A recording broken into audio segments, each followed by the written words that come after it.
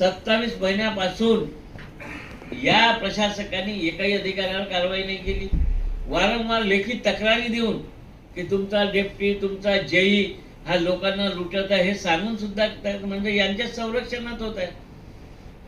जर यांच्याकडे तक्रारी देऊन कारवाई नसेल करत तर मला वाटतं की सर्वात जबाबदार हा प्रशासकाचा आहे आणि शासनाने याची दखल घ्यावी.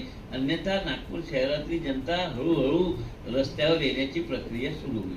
बरेच वर्षापासून एनआयटी मध्ये हा घोटाळा आहे आणि हा तुमच्या लक्षात येतो, परंतु याच्यावर आळा का बसत नाही आणि पाठपुरावा अभियुक्त चौधरी यांचं कोणी करतंय का पॉलिटिकली? एनआयटीचा विषय आल्यावर एनआयटीचा विषय घेणार आहे, पण तो आज जे आमच्याजवळ प्रकरण होती, आज टॅक्सचं प्रकरण जे बोगस रशीद छापून या गरीब माणसाकडनं 22,000 घेतले. एक कर्नल गुजरातवरनं आपली क्लिपिंग ऐकून एक तक्रार आमच्याकडे देऊन आला आणि त्याच्यावर झालेला अन्याय सांगून झाला. ही उदाहरणं आम्ही दिली आहे. अशी अनेक उदाहरणं आहे. म्हणूनच आम्ही शासनाकडे मागणी केली आहे की एक कमिटी गठीत करावी आणि प्रशासकाचा जो कारभार आहे त्या कार्यकाळात झालेले पूर्ण नकाशे, मोठमोठ्या बिल्डिंग झाल्यानं सगळे नियम धाब्यावर बसवून कोणाला लाभ पोहोचावा यासाठी झालेला हा प्रकार आहे. आणि म्हणूनच ही लोकल बॉडी असते, त्या लोकल बॉडीमध्ये सभागृहात चर्चा होऊन कोणताही विषय मंजूर होतो.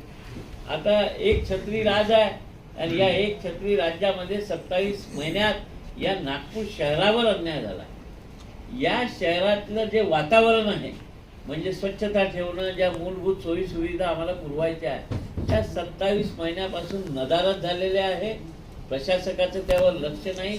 प्रशासकाच्या हाताखालच्या लोकांनी सगळीकडे एजंट बसवले आहे. फेरीवाल्याकडनं हप्ता वसूल करतील, दुकानवाल्याकडनं हप्ता वसूल करतील, टॅक्सचे खोटं बिलं छापतील. एडीटीपी मध्ये त्या दिवशी मी क्लिपिंग एक दाखवली, त्या फायरच्या एनओसी साठी तो दलाल पैसे मागत होता. आता एवढं दाखवूनही जर आमचे पालकमंत्री साहेबांना काही आयुक्तांना जाब विचारायचा नसेल मग आम्हाला त्या पालकमंत्री साहेबांशी निपटावं लागेल. अशी नागपुरात खूप जोरदार चर्चा आहे की काही ठराविक भाजप आमदार महापालिकेला चालवत आहे, त्यांचा वर्चस्व प्रशासकावर नाही. मला चालवत आहे तर मग लोकांना सुविधा मिळायला पाहिजे ना. जर मग चालवत असेल कोणी तर त्यांच्या काळात हे नाही व्हायला पाहिजे. मला वाटतं की असं काही नाही. प्रशासकावर शासनाचं नियंत्रण पाहिजे. शैलेंद्र भावे जे आहेत त्यांनी ते टॅक्स चोरीचा मुद्दा आहे, हा केव्हाची घटना आहे ही आणि या संबंधित त्यांनी अधिकाऱ्यांना तक्रार वगैरे काही दिली का? हा, त्याच्या केव्हाची घटना आहे ती आणि अधिकाऱ्यांपर्यंत तक्रार केली का? हा, केव्हाची घटना आहे रे? केव्हा दिले पाहिजे? ये घटना जो है 2 से 3 महीने पुरानी ये घटना है. महानगर पालिका के टैक्स डिपार्टमेंट के जो संबंधित अधिकारी है उन्होंने पत्र दिए, दलाल लोगों को रखा है कि भाई हम टैक्स आपको लगा के देंगे, हमको आप इतने इतने पैसे दीजिए.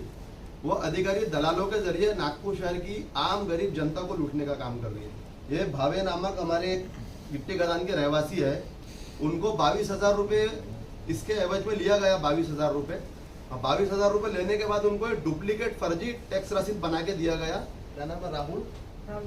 राहुल सिरसाट करके एक दलाल है. महानगर पालिका के टैक्स अधिकारियों के साथ में मिली भगत है उसकी. नहीं तो आप सवाल ये है कि दलाल के पास गए कि सीधे टैक्स डिपार्टमेंट? ये महानगर पालिका में गए तो वहाँ पे ही वो दलाल ने अधिकारी ने बताया ना, ये अधिकारी वहाँ मौजूद. जैसे मैंने 2002 में घोटाला पकड़ा था टैक्स का और उस वक्त 12 लोगों को रात भर में सस्पेंड किए थे, 1000 फाइल और 17 लाख रुपए मिले थे.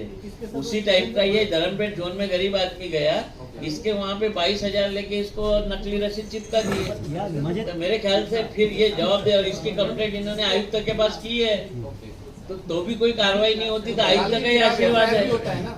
करने वाले हम लोग करने वाले. ये अभी हमारे पास में आए भैया, अभी हम लोग संबंधित सदर पुलिस स्टेशन में जाके शिकायत दर्ज कराने वाले हैं और डीसीपी साहब से भी मिलने वाले हैं. उनके भी पास में हम तकरार करने वाले हैं. दलाल के खिलाफ में एफआईआर दर्ज कराने की मांगनी हम लोग करने वाले हैं. और महानगर पालिका के आयुक्त के खिलाफ भी करेंगे कि उनके राज्य में अगर ये ऐसी हो रहा है तो वो भी दोषी है, इनकी भी इंक्वायरी करोगे. स्वच्छता पे बात कर रहे हैं, उसमें एक मुद्दा अभी जो है गर्म है कि नाग नदी को स्वच्छ सर्वेक्षण के अनुसार स्वच्छ नदी की श्रेणी में प्रदूषण मुक्त ही घोषित कर दिया. 1927 करोड़ रुपए उस पर खर्च किए गए आज तक और ये बोला गया कि कागजों पे कि नाग नदी जो है स्वच्छ है. तो इसके लिए हम लोग क्या करने वाले हैं? नहीं, मैंने आज ही किसी अखबार में ये पढ़ा हुआ हूँ और हमारी सारी टीम कांग्रेस कमेटी की ये नाग नदी का दौरा करने वाली है और वहाँ के फुटेज लेने वाली है कि कहाँ कहाँ ये स्वच्छ नाग नदी है, नाग नदी में जो ड्रेनेज जाता था वो बंद हो गया है क्या।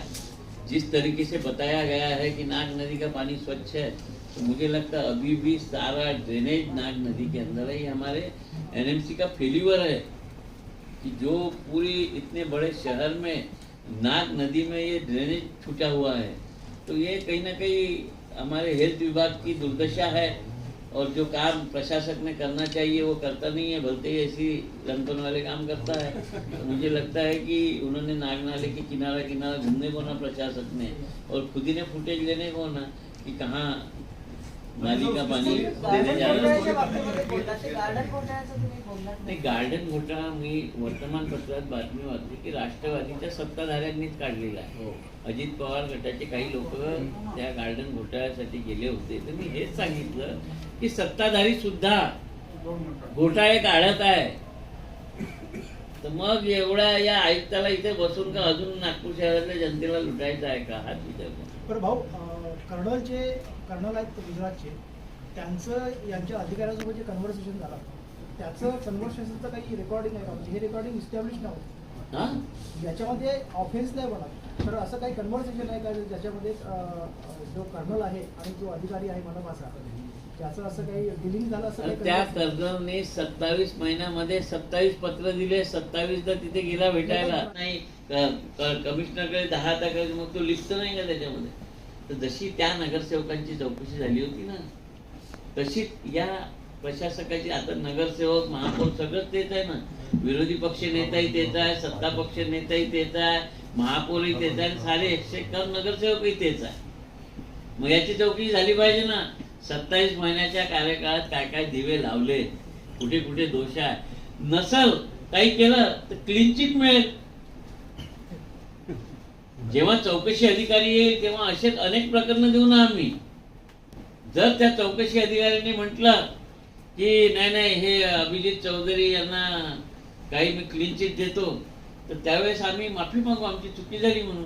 पण मला वाटते आम्हाला ती गरज येणार नाही, कारण आमचे जो पुरावे आहे. एक वेळेस चौकशी अधिकारी नेमावा, त्याच्या जो मी नाही, या शहरातले अनेक लोक त्यांच्यावर झालेला अन्याय, म्हणजे एका मोठ्या माणसासाठी लहान माणसाचा कसा बळी घेतला, हे असे अनेक प्रकरण त्या चौकशी समितीकडे जातील असं मला वाटतं.